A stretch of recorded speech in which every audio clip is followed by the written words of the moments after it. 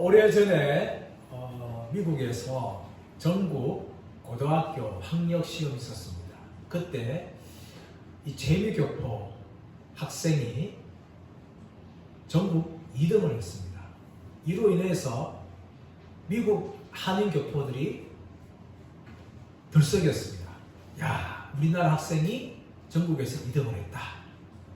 참 한인들이 놀랐고 우리나라 사람들도 놀랐습니다. 그런데 그것보다 더 놀라운 소식이 곧 있었습니다. 전국에서 2등한 학생이 하버드 대학에 입학 원서를 냈어요. 그런데 놀랍게도 그만 입학이 거절되고 말았습니다. 전국에서 2등을 했다면, 그것도 미국에서 2등을 했다면 대단한 실력자인데 하버드 대학에서 입학을 거절했어요. 그 이유가 무엇인가 하면 이 학생이 공부만 했다는 거예요. 공부만 하고 사회봉사한 기록이 전혀 없다는 겁니다. 그래서 미국 하버드 대학에서는 2등한 학생의 입학을 거절했다는 거예요.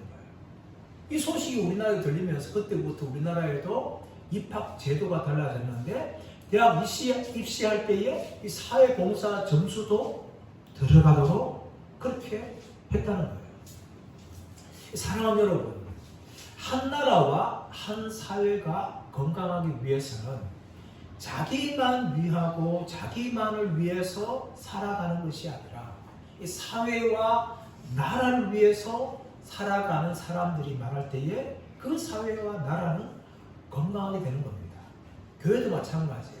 교회가 자신만의 이 신앙만을 위해서 예수 믿는 것이 아니라 교회에 와서 자신의 은사와 재능을 가지고 교회를 위해서 봉사하고 다른 사람들을 섬기는 사람들이 많을 때에 그 교회는 건강하게 되어지는 겁니다. 그뿐만 아니라 우리 그리스도인들은 세상에서 사회와 나라를 위해서 살아가야 되는 거예요. 이것이 그리스도인들의 정체성입니다. 예수님께서 그리스도를 향하여서 너희는 세상의 빛이다. 너희는 세상의 소금이다. 라고 말한 것은 세상에서 빛과 소금으로서 그리스도인들의 사명을 다하라는 말씀입니다. 우리 그리스도인들은 이 땅에서 자신들이 가져야 될 그 사명을 가지고 살아가야 돼요. 오늘 본문의 말씀은 사도 바울과 아굴라 브리스길라 부부와 그리고 설교자 아볼로가 자신들의 사명을 가지고 어떻게 살았는지에 대해서 우리에게 보여주고 있습니다. 우리는 지금까지 제2차 선교 여행에 대해서 살피고 왔어요. 사도 바울이 제2차 선교 여행을 떠나려고 할 때에 바나바와의 마가의 문제를 두고 다툼이 나서 갈랐습니다. 사도 바울은 신라를 데리고 제2차 선교 여행을 떠났는데 그 떠날 때에 제1차 선교 여행에 들렸던 교회들을 방문하며 그들을 격려하려 하였습니다. 하지만 성령께서 소아시라 가는 것을 막으시고 유럽으로 사도 바울의 발걸음을 인도했습니다. 사도 바울은 빌립보와 데살로니가와 베레아와 아덴과 그리고 고린도라는 도시를 들르면서 그들에게 복음을 증거하는 사역을 하였습니다. 그리고 오늘 본문에서는 제2차 선교여행을 다 마치고 안디옥으로 돌아오고 다시 제3차 선교여행을 떠나는 것을 오늘 본문은 다루고 있어요. 이 본문을 통하여서 우리는 사도 바울과 아굴라 브리스길라와 아볼로가 어떻게 자신들의 사명을 감당하며 살았는지에 대해서 함께 말씀을 나누기를 원합니다. 첫 번째 사도 바울인데요. 18절 말씀 읽겠습니다. 18절 다시 한번 읽겠습니다. 시작. 바울은 더 여러 날 머물다가 형제들과 작별하고 배 타고 수리아로 떠나가 있어요. 브리스길라와 아굴라도 함께 하더라. 바울이 일찍이 소원이 있었으므로 갱그리아에서 머리를 닦았더라.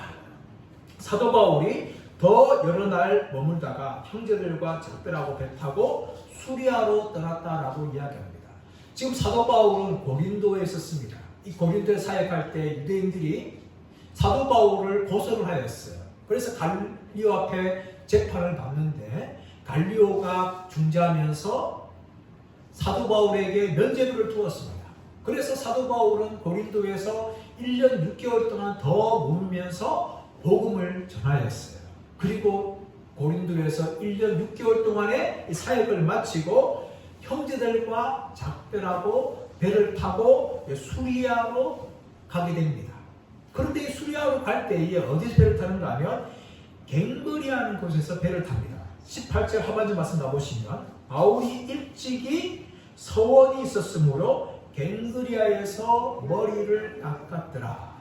이 갱그리아는 이 고린도에 있는 두 개의 항 중에 하나입니다. 이 갱그리아에서 이제 수리아로 가게 되어지는데 이 갱그리아에서 서원이 있었으므로 머리를 깎았다라고 이야기합니다. 이 서원은 나시린 서원입니다. 나시린 서원은 민수기 6장 말씀 가보시면 이 서원을 특별히 정하면서 하나님께 자신의 서원을 하게 되어지는데 이 서원 기간 중에 부정한 것을 만지거나 또 포도주나 독주를 마시거나 머리를 깎는 일을 하지 말아야 됩니다. 그런데 사도 바울은 이 갱그리아에서 머리를 깎았어요. 이 말이 무슨 말입니까? 이제 서원이 끝이 나서 머리를 깎게 되어지는 것인데 사도 바울이 왜 서원을 했는가 하면은 고린도에서 우리가 9절 10절 말씀에 보았듯이 예수님께서 환상 가운데 내가 너와 함께하고 너를 해롭게 할 자가 없다 라는 약속을 하셨어요. 그리고 그 약속대로 하나님께서 고린도에서 사역하는 사도 바울을 보호해 주셨어요. 사도 바울은 그것에 대한 감사의 서원을 올려드리는 거예요. 그리고 고린도를 떠날 때에 이 서원이 끝이 난 겁니다. 그래서 갱그리아에서 머리를 깎고 이제 수리아로 가게 되어지죠. 자, 19절 말씀 보시면 에베소에 와서 그들을 거기 머물게 하고 자기는 회당에 들어가서 유대인과 변론하더라. 갱그리아에서 배를 타고 수리아로 가는 중에 어디에 들른가 하면 에베소에 들릅니다. 이 에베소 들러서 그들을 거기 머물게 하고 이 그들이 누굽니까? 아굴라와 브리스길라 부부예요. 이 아굴라와 브리스길라 부부가 고린도에서 함께 떠나왔는데 그들을 거기 머물겠다는 것은 집에 머물겠다는 거예요. 그리고 사도 바울은 회당에 들어가서 유대인들과 변론했다라고 이야기합니다. 지금 사도 바울은 고린도에서 수리아 안디옥으로 돌아가는 과정 가운데 있어요. 제1차 성경을 다 마치고 돌아가는 과정 가운데 에베소라는 도시에 들릅니다. 이 에베소는요, 당시에 인구가 20만 명 되는 큰 도시였어요. 큰 도시고 정치적으로도 이 소아시아의 수도로서 위상이 높은 도시였고 또 경제적으로도 무역하기 때문에 아주 부유한 도시였어요. 그뿐만 아니라 2만 4천 명이 들어가는 원형 극장이 있었습니다. 아주 큰 도시였어요. 사도 바울은 수리아로 가는 중에 잠시 이 에베소에 들렀다면 얼마든지 휴가를 보낼 수 있었어요. 왜냐하면 2차 생을 다 마치고 돌아가는 가정 가운데이기 때문에 이 에베소를 들려서 구경해보자 하면서 얼마든지 시간을 보내면서 자유롭게 보낼 수 있었는데 이런 시간마저도 그렇게 하지 않고 사도 바울은 이 에베소에서 회당을 찾았고 그 회당에 들어가서 유대인들에게 이 복음을 전도했다는 겁니다. 이것이 사도 바울의 모습이에요. 그는 휴가도 즐기지 않고 에베소는 또다시 회당에 들어가서 유대인들에게 복음을 증거하는 참 선교사의 모습을 보여주고 있습니다. 그리고 21절 말씀 보십시오. 20절에서 22절까지 여러 사람이 더 오래 있기를 청하되 허락하지 아니하고 작별하여 이르되 만일 하나님의 뜻이면 너희에게로 돌아오리라 하고 배를 타고 에베소를 떠나 가이사라에 상륙하여 올라가 교회의 안부를 물은 후에 안디옥으로 내려갔다라고 이야기합니다. 에베소 복음을 증거하다 보니까 에베소에서 믿는 형제들이 나타나는 거죠. 근데 그들과 함께 오랜 동안 머물기를 하지 않고 뭡니까? 다시금 계속배를 타고 돌아가는데 그들과 작별하며 하는 말이 뭔가 하면 21절 말씀 보시면 만일 하나님의 뜻이면 너희에게 돌아오리라 하고 배를 타고 에베소를 떠납니다. 이 에베소를 떠나서 이제 어디를 가는가 하면 안디옥으로 가게 되어지는데 22절 말씀 보시면 가이사라에 상륙하여 올라가 교회의 안부를 물으니에 안디옥으로 내려가서, 이 안디옥으로 가기 전에 어디 도착하는가 하면 가이사라에 도착합니다. 이 가이사라는 이스라엘에서 지중해를 끼고 있는 도시였어요. 이 도시는 로마의 총독이 주둔하는 곳이고 헤롯 왕가들이 이곳에 살았습니다. 그런데 이 가이사라에서 이 어디로 가는가 하면 예루살렘에 갑니다. 22절에서는 가이사라에 상륙하여 올라가 교회의 안부를 물었다 라고 이야기하는데, 예루살렘이 언급되지 않지만 이 가이사라에서 올라가서 교회의 안부를 물었다는 것은 사도 바울이 가이사라에서 예루살렘의 교회에 올라가고 선교 보고를 했다는 것을 이야기합니다. 가이사라와 예루살렘은 가이사라에서 남동쪽 100km 떨어진 곳이 예루살렘인데, 예루살렘 해발 500m 높은 곳에 있기 때문에 항상 예루살렘 갈 때는 올라가라는 표현을 씁니다. 또 예루살렘 내려올 때는 내려왔다. 왜냐하면 고지대에 있기 때문에 항상 예루살렘에는 갈 때는 올라가라는 단어를 쓴다는 거예요. 그래서 사도 바울이 예루살렘 가이사라에서 올라가 교회 안부를 물었다는 것은 예루살렘에 있는 교회에 올라가서 자신이 행했던 2차 선교 여행에 대한 모든 보고들을 했다는 겁니다. 그리고서 내려와서 안디옥으로 내려가는데, 이 안디옥으로 가는 데까지 아주 먼 거리예요. 예루살렘에서 안디옥까지 무려 540km가 되어지는데 걸어서는 3주간의 시간이 걸립니다. 그 시간을 걸려서 사도 바울이 예루살렘에서 안디옥에 가게 되어지고 안디옥에서 복을 하게 되어지는 것이죠. 22절 하반절에서는 안디옥으로 내려가서 라고 이야기합니다. 이제 자신을 파송했던 안디옥에 가서 안디옥 교회 성도들에게 자기가 행했던 2차 선교에는 모든 보고를 하게 되어지죠. 근데 그럼 끝이 아니에요, 여러분. 23절 말씀 보시면 얼마 있다가 떠나 갈라디아와 부르기아 땅을 차례로 다니며 모든 제자를 굳건하게 하니라 라고 이야기합니다. 이 얼마 있다가 떠났다. 이 얼마 있다는 기간이 얼마인지 오늘 성경은 정확하게 이야기하고 있지 않지만 학자들에 따라서는 52년도 여름부터 53년도 봄 사이의 기간을 이야기하는 학자들도 있고, 또 어떤 학자는 한 4개월 내지 5개월 정도의 기간이라고 이야기합니다. 이 기간이 얼마인지 정확하게 모르겠지만 사도 바울은 이제 성경을 끝내고 안디옥에 끝이 난 것이 아니었어요. 어떻게 합니까? 얼마 있다가 떠나서 다시금 제3차 선교 여행을 떠나는 겁니다. 어디로 떠납니까? 23절 보면 갈라디아와 부르기아 땅을 차례로 다니며 모든 제자를 굳건하게 하니라. 이 갈라디아와 부르기아 땅은 사도 바울이 제1차 선교여행 때에서 전하여서 복음을 전했던 그런 지역입니다. 드베와 루스디아와 이고니온과 비스디아 안디옥, 제1차 선교여행 때 갔던 곳을 다시금 돌아가서 그 교회의 형제들을 합니까? 믿음을 굳건하게 했다는 겁니다. 믿음을 굳건하게. 왜 그렇습니까?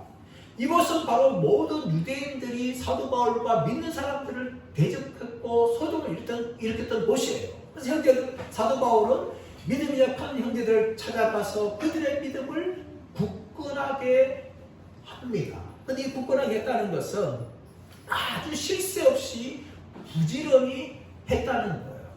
부지런히. 헬라어 에피스테리조라는 단어입니다. 현재 분사용을 사용되는 됩니다. 그래서 한 번만 굳건하게 한 것이 아니라 지역을 다 다니면서 사도 바울이 형제들 믿음을 쉴 새 없이 계속해서 굳건하게 했다는 것을 오늘 성경은 우리에게 말씀하고 있는 것입니다. 여러분, 이것이 바로 사도 바울의 모습입니다. 사도 바울은 성경을 다니면서 많은 유대인들부터 대적과 핍박을 받았어요. 그러나 사도 바울은 핍박이 있다 할지라도 또다시 올라가서 또 복음을 증거하고 또 그것에 교회를 세웁니다. 그뿐만 아니라 이렇게 연약한 교회들을 다시금 방문해서 그 형제들의 믿음을 다시금 굳건하게 세우는 그런 일을 계속해서 해나갑니다. 그렇다면 여러분, 왜 이렇게 사도 바울이 이렇게 핍박을 받으면서 복음을 증거하고 또 자신을 핍박했던 교회를 다시금 방문하여서 그 지역에 있는 성도들의 믿음을 굳건하게 하고 있습니까? 그 이유는 무엇인가? 사도 바울 가운데 자신이 만났던 예수 그리스도를 다른 사람들도 알게 하고 싶은 열정이 있었기 때문입니다. 사도 바울은 다메섹 도상에서 예수 그리스도를 만났습니다. 또 그리고 성경을 공부하면서 구약 성경이 말하고 있는 메시아가 바로 예수라는 사실을 그는 발견했어요.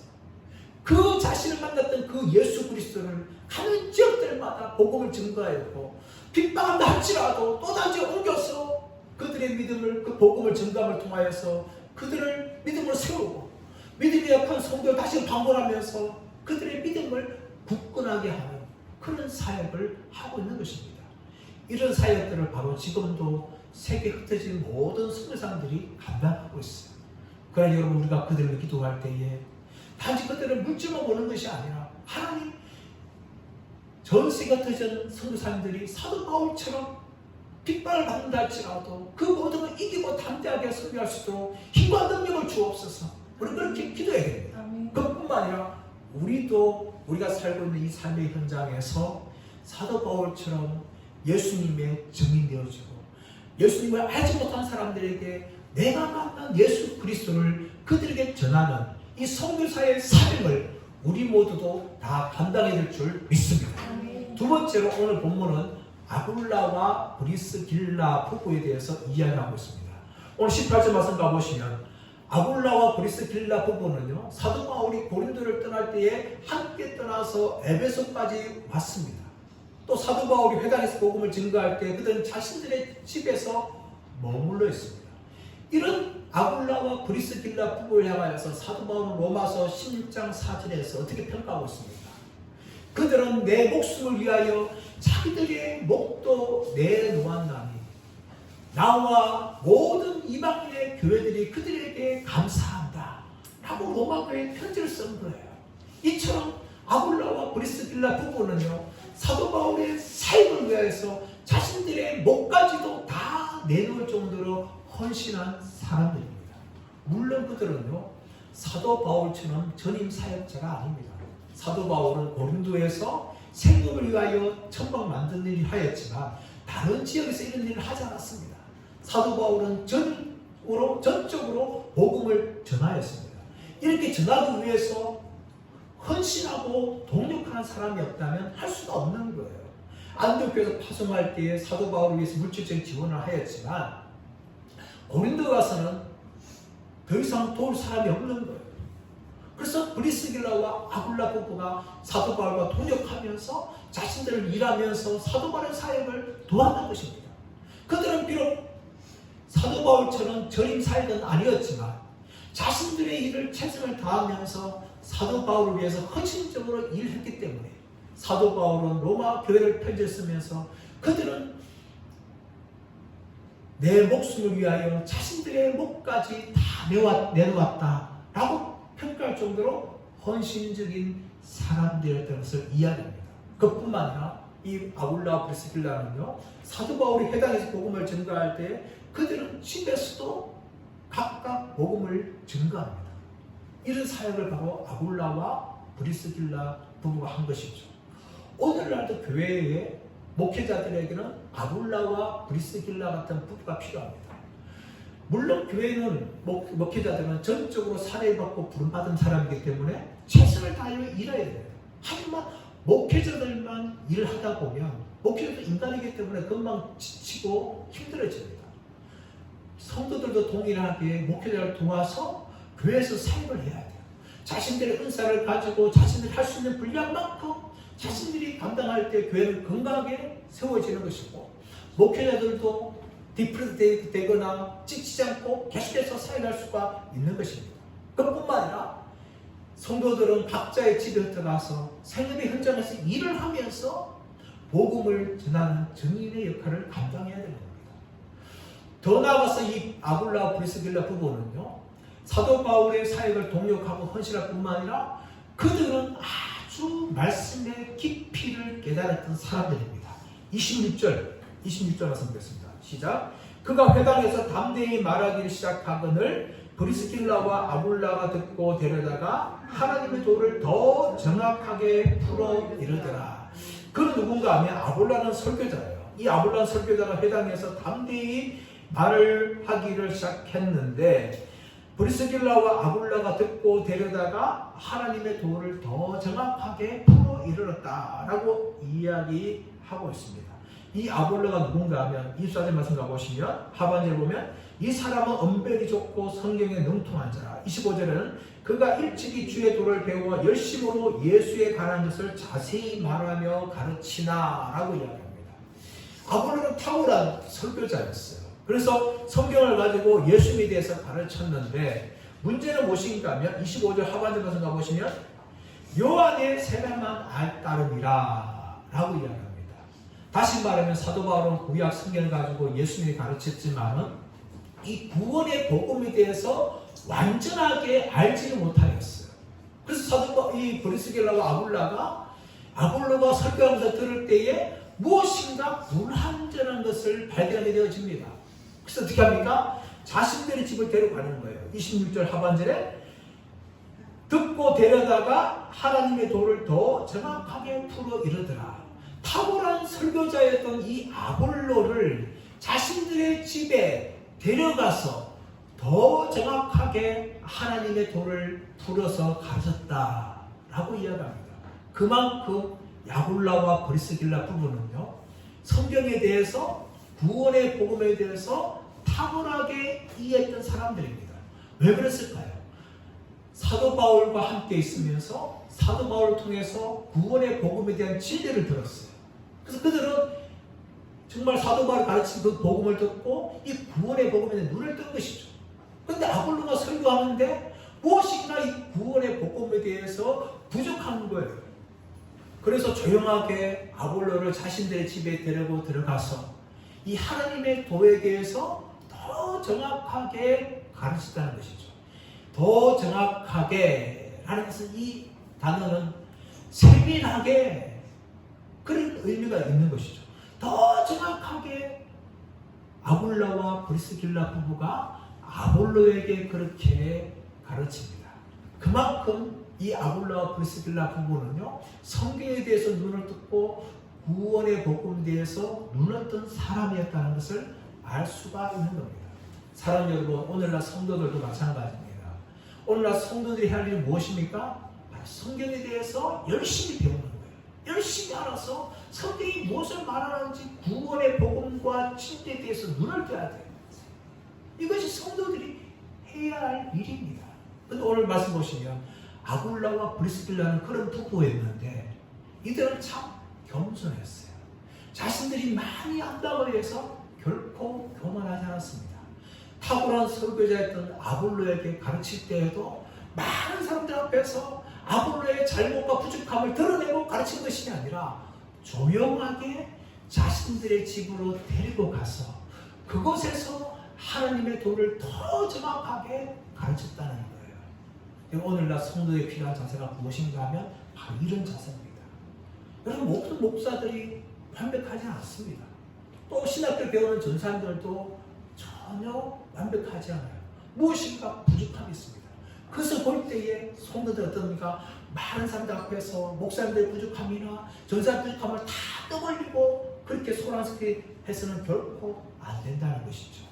혹시라도 목회자들과 사역자들의 부족함을 발견하면 그들을 위해서 기도하거나 또 조용히 권면해야 돼요. 많은 사람들 앞에서 부족함을 드러내고 하면 교회가 시끄럽게 되어지고 교회가 시험에 들게 된다는 것입니다. 그뿐만 아니라 성도들도 열심히 오늘 아굴라와 브리스길라처럼 성경을 열심히 배우고 진리의 복음에 대해서 알아가야 한다는 것을 보여주고 있습니다. 오늘 세 번째로 탁월한 설교자인 아볼로가 감당한 사명에 대해서 이야기하고 있습니다. 우리 24절 말씀 보겠습니다. 24절 시작. 알렉산드리아에서 난 아볼로라는 유대인이 에베소에 이르니 이 사람은 언변이 좋고 성경에 능통한 자다라고 이야기합니다. 아볼로라는 사람이 등장하는데 그 사람은 알렉산드리아에서 태어났다라고 이야기합니다. 알렉산드리아에서 태어난 유대인 아볼로.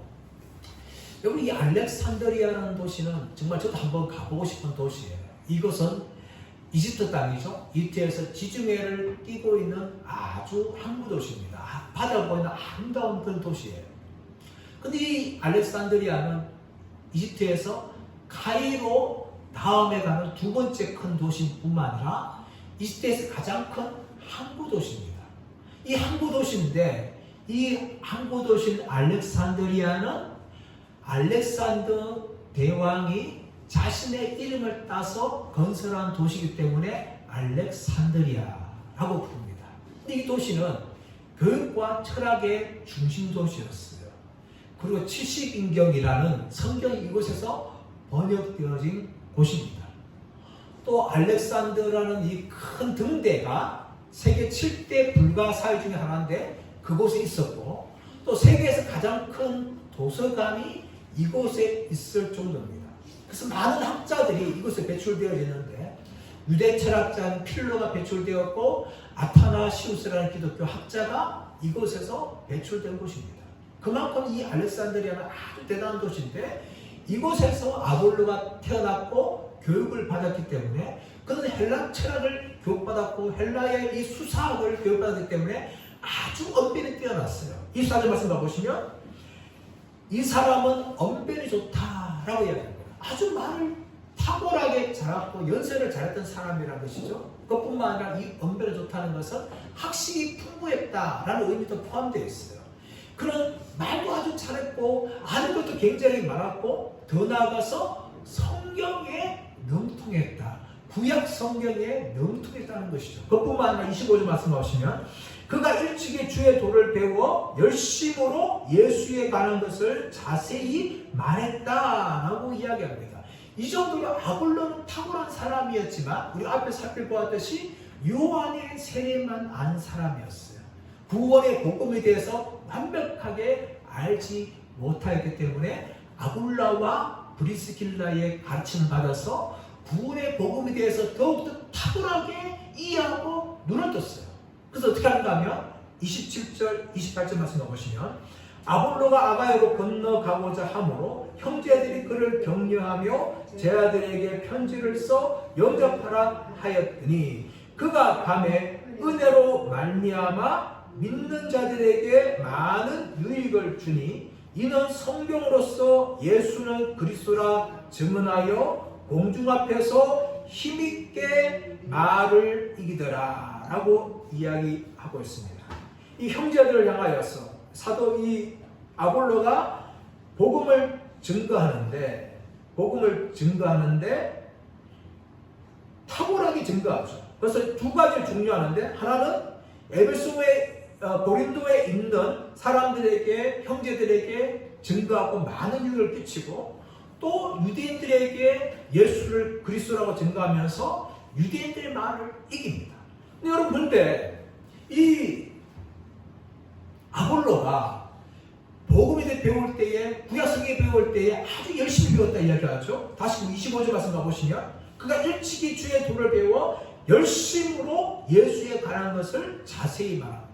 그는 정말 열정적으로 예수님에 관해서 증거했다는 겁니다. 증거했어요. 이 열심이라는 것은 열심을 했다는 것은 무슨 말인가 하면 성령에 붙잡혀서 타오르는 열정을 이야기합니다. 그런 열정을 가지고 이 아볼로는 예수님에 관해서 가르칩니다. 그것이 바로 아볼로가 가진 열정이에요. 열정이면서 동시에 그는 성경에 탁월한 사람이에요. 이런 모습은 오늘날 설교자에게 필요한 두 가지를 이야기합니다. 하나는 무엇인가 하면 설교자는 하나님의 말씀과 복음에 대한 증거할 때 탁월한 이 열정, 탁월한 열정들을 가지고 있어야 하는 거예요. 오늘 성경에서는 나오고 있지 않지만 이 열정, 열심이라는 것은 어떤 의미를 가지고 있는가 하면 하나님 안에 있는 것, 하나님께 붙잡히는 것이라는 의미를 가지고 있어요. 열정, 열심이라는 이 단어의 헬라어는 어떤 의미인가 하면 엔투시아스모스라는 것인데 이것은 영어로 하면 인이고 데오스라는 합성어입니다. 다시 말하면 열정, 열심이라는 것은 하나님 안에 있는 것, 하나님께 붙잡힌 것, 그런 의미를 가지고 있어요. 그러므로 설교자들은 단지 인간의 말솜씨와 능력으로 복음을 증거하는 것이 아니라 성령에 붙잡혀서 하나님께 붙들려서 그렇게 복음을 전해야 되는 것이죠. 그뿐만 아니라 설교자들은 이 아볼로처럼 성경에 능통해야 돼요. 성경에 능통해야 돼요. 성경을 잘 알아야 돼요. 성경을 열심히 읽고 성경을 연구하여서 성경을 잘 알아야지 이 설교자 사명을 감당할 수 있는 것입니다. 제가 신대원 다닐 때에 이 신대원 졸업하기 전에는 항상 한 가지 시험이 있었어요. 그 시험 무엇인가 하면 성경시험이에요. 성경시험. 이 성경시험에서 60점, 100점 중에서 60점 이상 받지 못하면 신대원 졸업을 못하는 거예요. 그래서 이 성경시험은 반드시 통과해야 될 필수 코스였습니다. 그런데 많은 전사님들이요, 언제 시험을 치는가 하면 졸업을 앞두고 마지막 때 가서야 성경시험을 치는 거예요. 왜냐하면 그때 가장 쉽게 나오기 때문에. 그렇게 그 마지막 쉽게 나오기 때문에 그제서야 시험 치는 거예요. 왜 그렇게 할까요? 성경에 대해서 자신이 없는 거예요. 물론 신대원 다니다 보면 성경에 배웁니다. 성경 신학이라고 해서 성경 자체를 배우는 것이 아니고 성경 신학을 배우는데 성경에 대해서 수박 겉핥기식으로 가르치는 거예요. 그래서 많은 분들이 신대원을 졸업하지만 정작 성경을 모르는 거예요. 신학을 배우죠. 조율신학 배우고 실천신학 배우고 교회사를 배우고 또 이렇게 성경신학을 배우지만 성경 자체에 대해서 모르고 졸업하는 분들이 정말 많아요. 저도 일반 대학을 나왔기 때문에 성경을 잘 몰랐어요. 그래서 성경을 많이 읽고 성경에 대해서 알고 있는 전사들이 너무나 부러운 거예요. 어떻게 저렇게 성경을 잘할까? 그런데 정말 부러웠기 때문에 저도 성경을 열심히 읽으려고 노력을 했습니다. 그리고 설교자에게 필요한 것은 두 가지죠. 하나는 무엇인가 하면 이 복음과 말씀에 대한 탁월한 열정이 있어야 돼요. 그뿐만 아니라 이 성경에 대한 탁월한 지식들을 알고 있어야 됩니다. 그럴 때 여러분 설교자가 설교자 사명을 잘 감당할 수 있고, 그렇게 할 때 뭡니까? 사명을 온전히 감당할 수 없는 것이죠. 아볼로는 그런 지식이 있기 때문에 또 그런 탁월한 열정이 있었기 때문에 고린도에 있는 교회들에게 형제들에게 복음을 증거하면서 많은 유익을 끼쳤습니다. 더 나아가서는 믿지 않는 유대인들과 변론하며 복음을 증거함을 통하여 그들의 말을 이기고 그들을 굴복시키고 예수 믿게 하는 이런 놀라운 사역들이 이 아볼로의 사역 가운데 나타났다는 것입니다. 사랑하는 여러분, 오늘날 목회자들이 설교자들이 이 아볼로처럼 타오르는 열정을 가지고 말씀을 증거하고 그것뿐만 아니라 성경에 대한 탁월한 지식을 가질 수 있도록 여러분들 기도해 주시길 바랍니다. 그리고 그렇게 할 수 있도록 배려해 주셔야 돼요. 오늘 교회 보면 물론 저는 아니지만 목사님들이 너무나 바빠요. 너무나 바빠요. 여러 가지 일로 참 바빠요. 그 한편 보면은 성경 연구할 시간들이 참 부족해요. 성경을 제대로 연구하고 또 준비를 해야 올바른 설교를 할 수 있는 것인데 목사님들이 그렇게 하지 못하도록 교회가 목사님들을 너무 바쁘게 해요. 정말 필요한 일을 바쁘면 괜찮지만 불필요한 일로 참 바쁩니다. 많은 회의들을 하고 많은 행사를 하고 때로는 또 신방을 다니면서 하다 보면 정작 목회자들이 해야 할 이 말씀 연구를 하지 못하고 감당에 설 때가 참 많은 것입니다. 그래서 우리 성도들은 목사님들이 온전하게 집중할 수 있도록 기도를 해야 되지만 시간도 배려해 주셔야 돼요. 그렇게 할 때에 목사님도 온전히 말씀을 공부하고 이 아볼로처럼 탁월한 설교 사역을 감당하게 된다는 것입니다. 이제 말씀의 결론을 맺기를 원합니다. 예수님께서는 우리를 향하여서 너희는 세상의 빛과 소금이다 라고 말하면서 그리스도인의 정체성을 이야기하고 세상에서 빛과 소금으로 살아가야 될 사명을 이야기하고 있습니다. 그렇다면 오늘날 이런 사명을 감당하는 사람들이 하나님이 기뻐하시는 사람들인 줄 믿습니다.